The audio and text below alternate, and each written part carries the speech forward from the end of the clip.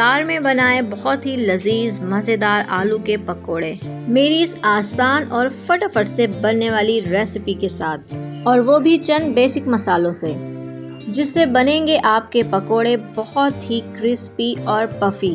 और आप इसे एंजॉय कर सकते हैं इफ्तार में, टी टाइम में और बच्चों को लंच बॉक्स में देने के लिए। ये बनाने में बेहद आसान और खाने में बहुत ही ज़्यादा लजीज और मज़े के होते हैं।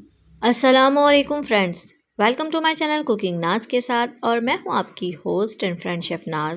फ्रेंड्स, आज हम बनाएंगे मोस्ट फेवरेट आलू के पकोड़े, जो बच्चे और बड़ों सबको बहुत पसंद होता है। मैंने यहाँ 2 आलू पील ऑफ कर लिए हैं। आप अपनी क्वांटिटी के हिसाब से आलू ले लें। आलू मीडियम साइज़ के होने चाहिए, बहुत ज़्यादा बड़े या बहुत ज़्यादा छोटे नहीं हो। फ्रेंड्स, आलू ज़्यादा बड़े होंगे तो उन्हें फ्राई करने में प्रॉब्लम होगी, तो इसीलिए आप मीडियम साइज़ के लें। फ्रेंड्स, हमने आलू को बारीक स्लाइसिस कर लेना है। आप चाहें तो किसी स्लाइसर की मदद से भी इसके स्लाइसिस कर लें, बट मैं यहाँ छुरी से कर रही हूँ। ये देखें, इस तरह से बिल्कुल बारीक।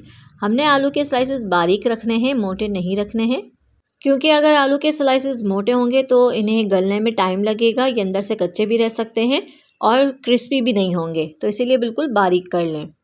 और फ़ौरन से ये स्लाइसिस पानी में डाल दें, वरना ये काले हो जाएंगे और फिर हमारे पकोड़े जो हैं वो ख़राब बनेंगे। इसीलिए स्लाइसेस करते जाएं और साथ साथ पानी में शामिल कर दें, और इसे अच्छी तरह से वॉश करके हम स्ट्रेन कर लेंगे और किसी भी टिश्यू पेपर पे इसे रख कर ड्राई कर लेंगे, या आप चाहें तो किसी जाली वगैरह में स्ट्रेनर में रख कर थोड़ी देर के लिए छोड़ दें ताकि इसका सारा पानी खुश्क हो जाए।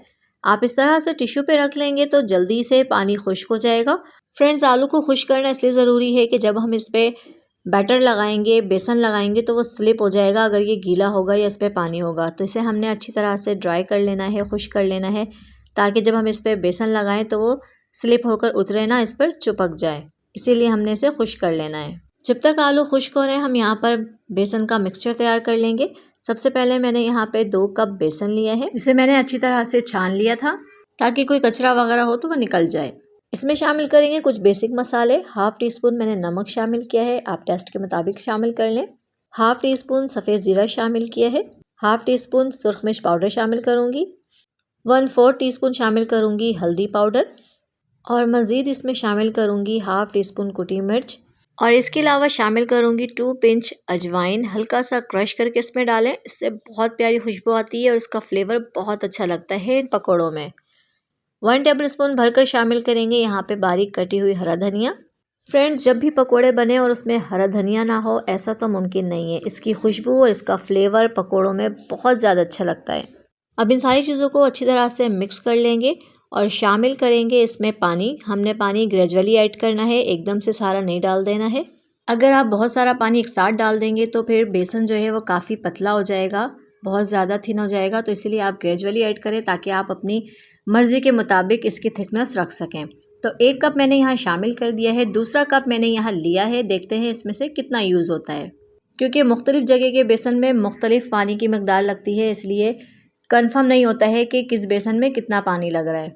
मिक्सचर तैयार करते वक्त हमें इस बात का ख़ास ख्याल रखना है कि बेसन हमने ना ही बहुत ज़्यादा थिन रखना है, क्योंकि अगर ये बहुत ज़्यादा थिन होगा तो वो आलू के ऊपर से स्लिप होना शुरू हो जाएगा और चिपकेगा नहीं। अगर बहुत ज़्यादा थिक रखेंगे तो एक बहुत मोटी लेयर आ जाएगी, इसीलिए वो क्रिस्पी भी नहीं हो पाएंगे। तो हमने जो है इसकी कंसिस्टेंसी जो है वो बहुत ही परफेक्ट रखनी है। इसीलिए हमें पानी जो है वो ग्रेजुअली ऐड करना है ताकि हमें इसकी थिकनेस का अंदाज़ा हो जाए हमें कितना थिक रखना है। तो देखिए, इसकी जो कंसिस्टेंसी है बिल्कुल परफेक्ट आ गई है। हमने बस ऐसे ही रखना है। मैंने यहाँ 2 कप बेसन में 1 1/4 कप जो है वो पानी यूज़ किया है। अब हमने इसे स्टे देना है। स्टे बहुत ज़रूरी है। तकरीबन 15 से 20 मिनट हो चुके हैं बेसन को मिक्स किए हुए, और तकरीबन ऑयल भी गर्म हो चुका है। तो यहाँ पर हम बेसन में 2 टीस्पून जो है वो गर्म ऑयल शामिल करेंगे। ये बहुत ही इम्पोर्टेंट है। ये गर्म ऑयल बेसन में शामिल करने से एक तो पकोड़े जो है बहुत क्रिस्पी बनते हैं, और दूसरी बात ये कि बेसन जो है वो एक्स्ट्रा ऑयल एब्जॉर्ब नहीं करता है। हमने एक स्लाइसेस लेना है आलू के, और इसको बेसन में डिप कर कर अच्छी तरह से, उसके बाद हम इसे ऑयल में डाल देंगे।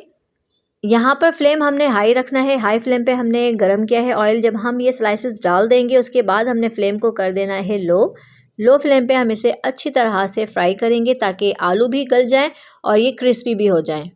आपने पैन या कढ़ाई को बिल्कुल भी ओवर क्राउड नहीं करना है। जितनी कैपेसिटी हो आपने उतने ही डालना है ताकि ये अच्छी तरह से फ्राई हो सकें। इंशाल्लाह फ्रेंड्स, जब आप मेरी इस रेसिपी से ये पकोड़े बनाएंगे तो यकीन करें बहुत ही मज़ेदार, बहुत ही क्रिस्पी और बहुत ही फूले हुए बनेंगे, बहुत ही अच्छे बनेंगे।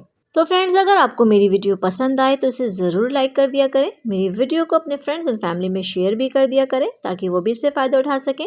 और मेरे वो व्यूअर्स जो मेरे चैनल पर नए हैं, उन्होंने मुझे अभी तक सब्सक्राइब नहीं किया है तो मुझे जल्दी से सब्सक्राइब कर दें और साथ ही बेल आइकन को भी प्रेस कर दें ताकि मेरी हर नई आने वाली वीडियो की नोटिफिकेशन सबसे पहले आप तक पहुँचे, वो भी बिल्कुल फ्री में।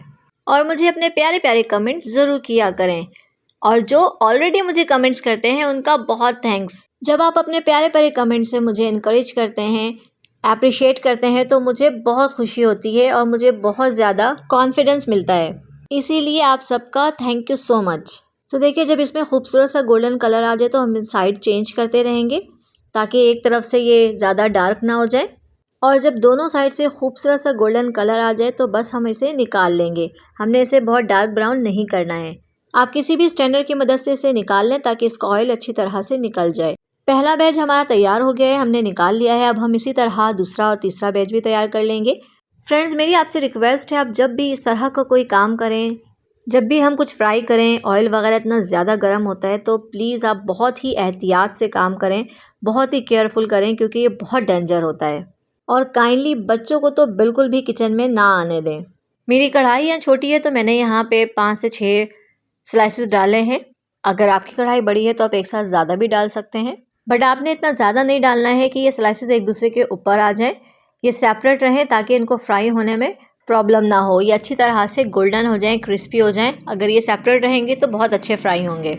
दोनों तरफ से खूबसूरत से गोल्डन कलर आने पर हम इसे निकाल लेंगे। हमने बिल्कुल भी इसे ज़्यादा डार्क नहीं करना है, इसे जलाना नहीं है। देखें कितना प्यारा सा कलर आ गया है। अब हम इन्हें भी निकाल लेंगे और अच्छी तरह से स्ट्रेन कर लेंगे। फ्रेंड्स, ये आलू के पकोड़े बच्चे हों या बड़े, सभी बहुत शौक से खाते हैं। आप इसे खट्टी तीखी ग्रीन चटनी के साथ और केचप के साथ सर्व करें और इंजॉय करें। तो देखिए फ्रेंड्स, मैं आपको दिखाऊं ये बाहर से कितने क्रिस्पी और अंदर से सॉफ्ट हैं और इसके अंदर मौजूद आलू मुकम्मल तौर पर गले हुए हैं क्योंकि इसके स्लाइसेस जो हैं वो बारीक हैं, पतले हैं। तो इसे ज़रूर ज़रूर ज़रूर ट्राई करें, एंजॉय करें और मुझे अपनी दुआओं में याद रखें।